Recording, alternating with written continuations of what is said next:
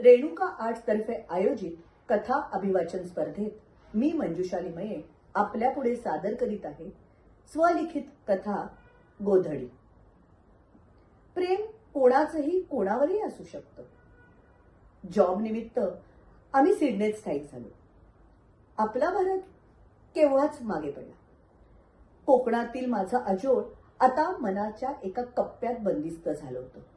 नाही, यावेळी पुण्याला आलो की कोकणात जायचंच हे मी मनाशी पक्क केलं होतं। माझे आजी आजोबा सुद्धा माझ्या वाटेकडे डोळे लावून बसले होते। केव्हा एकदा आपण नातीला भेटतोय असं त्यांना झालं होतं। मुलांना मी हा सगळा बेत सांगितला। यावर चिंगी आणि आमच्या सोहननी असं काही चेहरे केले की जणू काही त्यांना कुणी एरंडेल प्यायला लावते। विश्राम सुद्धा नाही असं काही म्हणाला नाही, पण मनापासून त्याची तेवढी तयारी नाही दिसली। मीही यावेळेला चंग बांधलाच होता, कुणाचंच ऐकायचं नाही ठरवलं। अखेरीस पुण्यात आल्यावर आम्ही गुहागरसाठी गाडी केलीच। आजी आजोबांच्या घरी आलो। हातपाय तोंड धुवून झाल्यावर आजीनी गरम गरम मऊ भात, पापड, लोणचं, लोणकळं तूप आणि मेथकूट, वाह काय बेत होता। माझी आजी म्हणजे साक्षात अन्नपूर्णा। मला माझ्या लहानपणीचीच आठवण झाली। उन्हाळ्याच्या सुट्टीत कोकणवारी ठरलेलंच। आजी आजोबांची अगदी धांदल उडाली होती। का नाही उडणार, कित्येक वर्षांनी त्यांच्याकडे आज त्यांची नात आली होती। ती त्यांची गडबड बघून माझंही मन भरून आलं। दुसऱ्या दिवशी पहाटे 5लाच जाग आली। बघते तो काय, आजोबांनी केव्हाच चुलीवर गरम पाणी करायला ठेवलं होतं। आजोबा म्हणाले, चला आंघोळी उरकून घ्या, म्हणजे मग आपण फिरून येऊयात। फिरायला बाहेर पडलो। कोकणातले लाल मातीचे रस्ते, करवंदाच्या जाळ्या, सोनचाफा, जास्वंदीची फुलं, शंकराचं ते प्राचीन मंदिर आणि गुहागरचा तो समुद्र, समुद्राची ती गाज, लाटा, सूर्योदय, काय दृश्य होतं ते। आजोबा तर इतके झपाझप चालत होते, ते पाहून आमचीच आम्हाला लाज वाटायला लागली। विश्रामला म्हणाले सुद्धा, जावई बापू थोडे दिवस इथे राहून बघा, म्हणजे बघा तब्येत कशी सुधारते ते। मुलं तर काय आमच्या बरोबर आली होती हे विसरलीच होती आणि आम्ही सुद्धा विसरून गेलो होतो। समुद्रात वाळूत खेळणं, किल्ले बांधणं, आंब्याच्या झाडावर चढणं, अहो विहिरीत पोहायला सुद्धा शिकवलं आजोबांनी। सूरपारंब्या काय, विटी दांडू काय, झालंच तर रात्रीच्या वेळी आजोबांच्या तोंडून भूताच्या गोष्टी ऐकणं म्हणजे पर्वणीच, मुलांनाही आणि मला सुद्धा।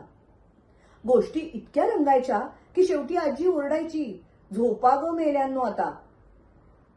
कैऱ्या, रातांबे, आंबोशा, फणसाचे गरे, सोलकडी, पोह्याचा पापड, त्यामुळे मॅगी, नूडल्स, कॅडबरी यांना केव्हाच चाट मिळाली होती।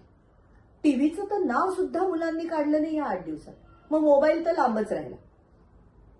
7-8 दिवस कसे गेले ते कळलंच नाही। हळूहळू निघायचा दिवस येऊन ठेपला।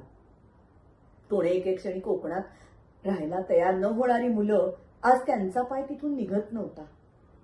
चिंगीने आणि सोहमनी तर ठरवूनच टाकलं होतं, आता दर सुट्टीत कोकणात यायचंच। जाताना चिंगीच्या खजिन्यात चिंध्यांच्या भावल्या, सागरगोटे, बिट्ट्या यांची भर पडली होती आणि सोहनकडे होता खूप गोष्टींचा खजिना। निघताना आजीनी मला तिची मऊ सूत साडीची गोधडी दिली भेट म्हणून आणि म्हणाली, पांगर हो, म्हणजे आजीची आठवण तरी राहील।